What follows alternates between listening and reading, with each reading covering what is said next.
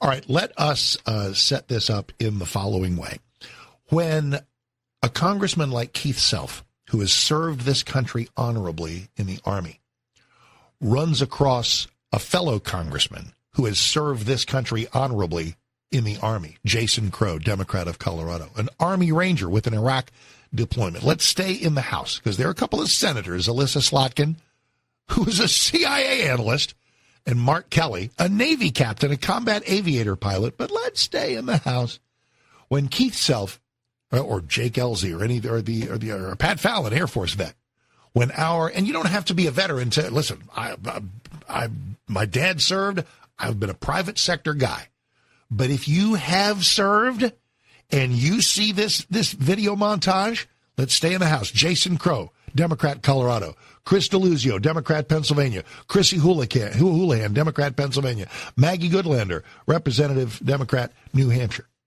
Navy intelligence officers, Air Force helicopter pilots, and you see them in an act of stone-cold sedition, calling on America's men and women in uniform to bow up against and defy orders. Well, I don't have to wonder how it makes you feel because Congressman Keith Self is here. Welcome, sir. I appreciate you. How you doing this morning? I'm doing fine, Mark. Thanks for having me. Well, let me just hand this to you because, listen, I'm an Air Force brat. My dad served. I've spent my career holding aloft the reputations and the service and the sacrifice of those of you who have. So I've just got to ask you how this grabs you. Well, let's talk about the Democrats first. They are sowing chaos. I think they want a civil war in the United States. They want us to be distracted and unsettled and leading up to absolute total chaos. Everything they do well beyond this is leading us in that direction. But I would recommend to our military members that you think long and hard before you take the advice of the Democrats, because what they are asking you to do is to put yourself in judicial harm's way simply because you have a different opinion. Yeah. There are laws of war, but this falls well short of the laws of war for what they are recommending to military members. I highly recommend they do not follow the Democrat advice. 100%. And it is Senator Alyssa Slotkin. I think it's one of her snippets that says, "We've got your back. We've got your back." Well, how lovely that a senator from Michigan has your back, because that young airman, that young soldier, that young sailor who follows this sick, twisted advice and bows up against, I don't know, something just because they've heard a segment on MSNBC or decided that Mark Kelly doesn't like it or some Democrat doesn't like it, they are going to get court-martialed. And where will Alyssa Slotkin and Mark Kelly be? Will they show up in court to be character witnesses for them? This is an unbelievable act of ill wisdom. Just a final thing on this, because you're the guy with actual Army service, and you're right. Look, they are technically correct when they say you can refuse an illegal, unlawful order. That's true. But where is that bar set? How cut and dried does it have to be? Well, the UCMJ is pretty clear that it might be matters of conscience, but in a combat situation. I cannot imagine short of that. So this is staggering to me, Mark. I can't tell you how horrifying this is for elected officials at the highest level who make the laws. And listen, UCMJ is different than civilian law. We've got to understand you do give up some of your rights when you join the military, because you are under the Uniform Code of Military Justice, which is different, because we have to have a fighting force, a military force that is united, going up against an enemy that wants to defeat us. So I just caution the civilians listening to this. UCMJ is different. So to wrap this up just for people, tell me if my list of examples I've just come up with on the fly, see if this works. Because it's like, okay, what would be the kind of things where someone absolutely could say, "I'm sorry, sir, I just can't do that." Things like, "Hey, shoot these unarmed prisoners," or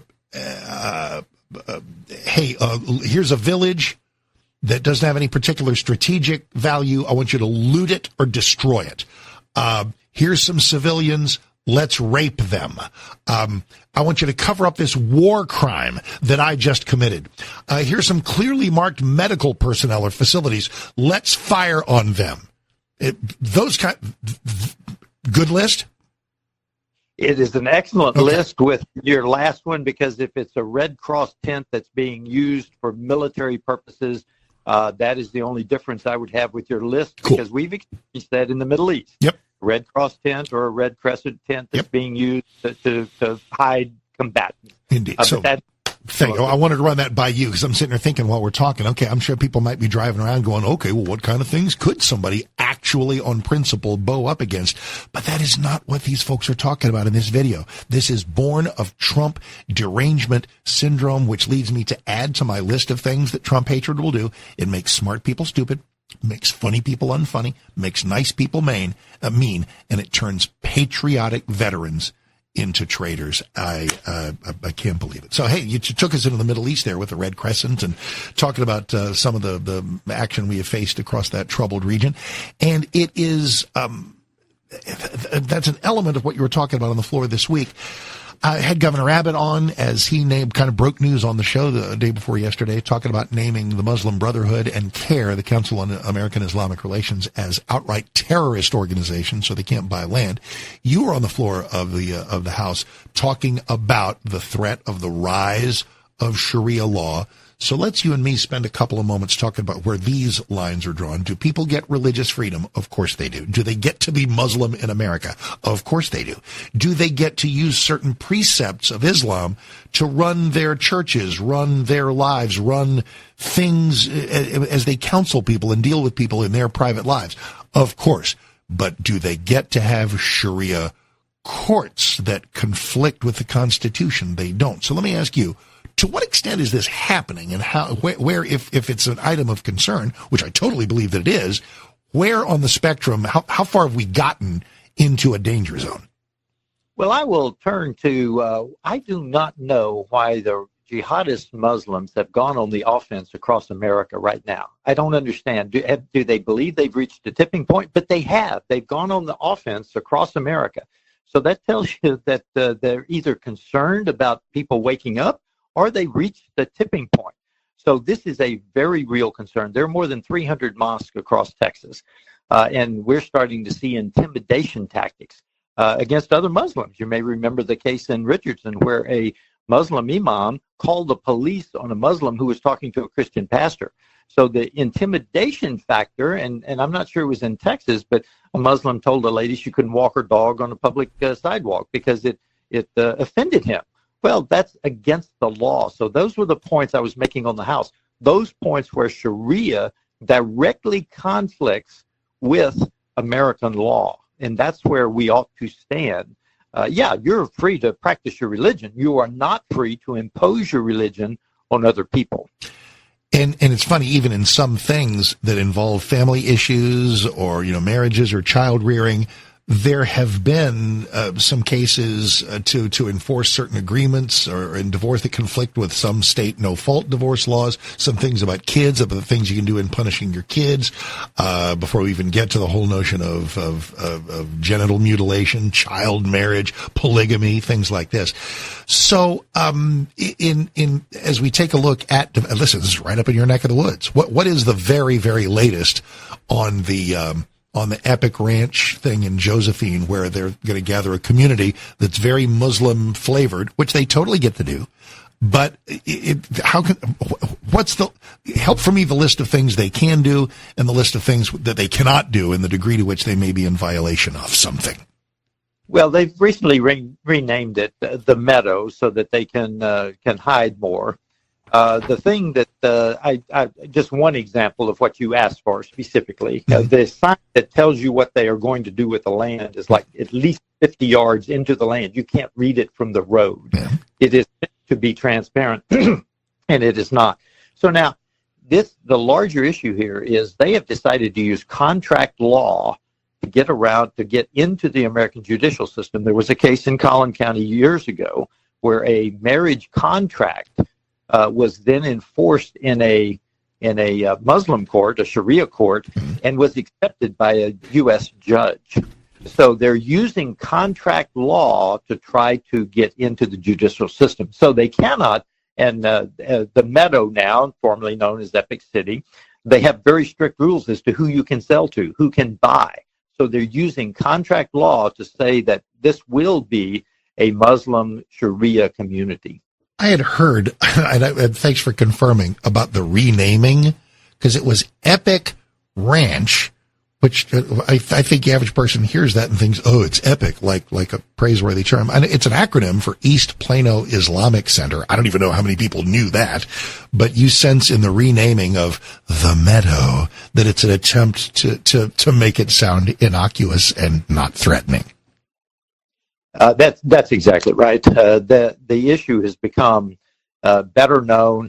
Jessica Holsey did a wonderful job in front of the Josephine City Council. You can find it online, defending our culture, because that's the idea. Their culture is anathema to the U.S. law, the U.S. Constitution. We're built on the individual freedom. Our rights come from our Creator. Sharia and Islam are not. It's as simple as that. And so this is a huge fight. Because when you look at the cultures that they have entered, such as France, such as the UK, they dominate the culture where they are. And look at Dearborn, Michigan. I mean, and frankly, I just learned recently that there are no-go police zones. Mm-hmm. Irving, Texas. What? Hang on. Now, a no-go zone is a place where the local constabulary is just kind of understood. You don't go there, as the name suggests. So let's be real careful on this. To what extent is there a no-go zone in the town in which I currently sit? I wish you would get deeper into it. Yeah, well, you're the one who said it. So you know, I mean, let's all get deeper into it. But from where does that whiff arise? Former elected official from Irving, Texas. And wouldn't be one who's a fellow member of Congress with you, would it? I plead the fifth. Dude, okay, get Beth on the line. All right. Well, so the extent to which this is a cause of concern is out there.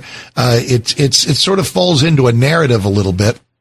The extent to which New York City has just elected an Islamist mayor who has a quote just in the last couple of days about international law and various other foreign concepts of commingling with the laws of the state of New York and the city of New York. So this is this is something happening in cities large and small. Absolutely, and the quote that we've pulled that I love so much, a Muslim attorney in a U.S. court said, quote, "Islam is Sharia, Sharia is Islam. The two cannot be separated." So this is a real issue, Mark. And thank you for bringing it up because we are going to have to deal with it in North Texas. My absolute pleasure. Thank you. Appreciate it, sir. That is 3rd District Congressman Keith Self. I know we'll talk soon, and we look forward to it anytime it may be. Thanks, sir. Thank you, Mark. That is Congressman and Army veteran, Congressman Keith Self. Mark Davis, 850.